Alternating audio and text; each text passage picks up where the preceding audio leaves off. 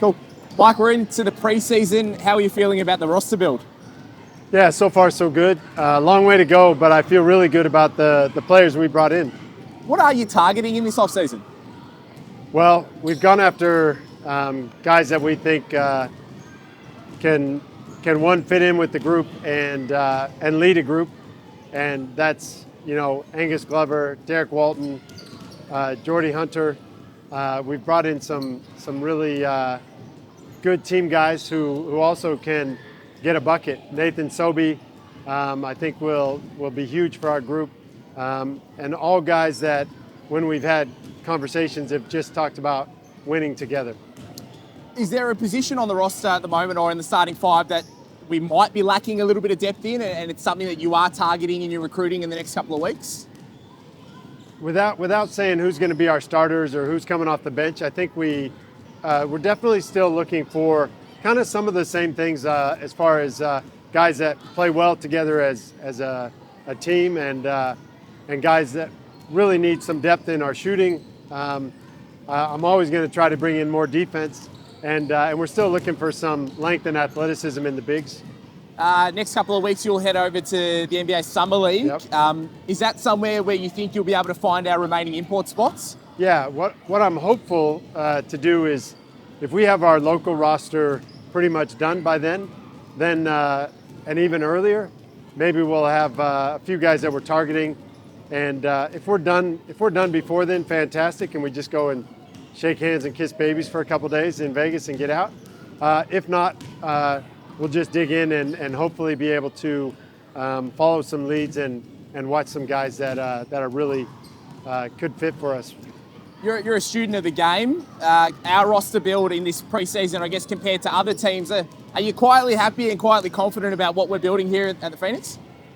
Yeah, with our roster build, I've been really excited about the guys that we brought in.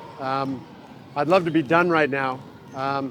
If I was done, or if we were done with our group and got everything we wanted, I'd be stoked. But I'm not confident until we're done. So we have some really big holes to fill still. But with the guys we brought in, I'm really stoked.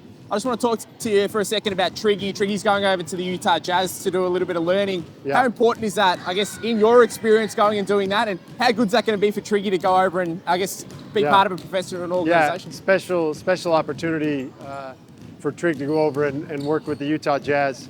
I think that points to kind of his relationship with Scott Morrison, who we worked with in Perth.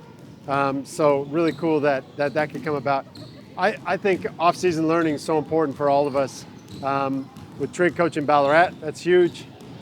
Sam coaching Taranaki in the New Zealand League, and us having our guys in here and working out, it's all growth. And I think being around the highest level of basketball possible and being engrossed in it like Trig will be, I think it's just going to be a great learning experience for him. Last couple for me, you talk about off-season learning. We've got some guys on court at the moment.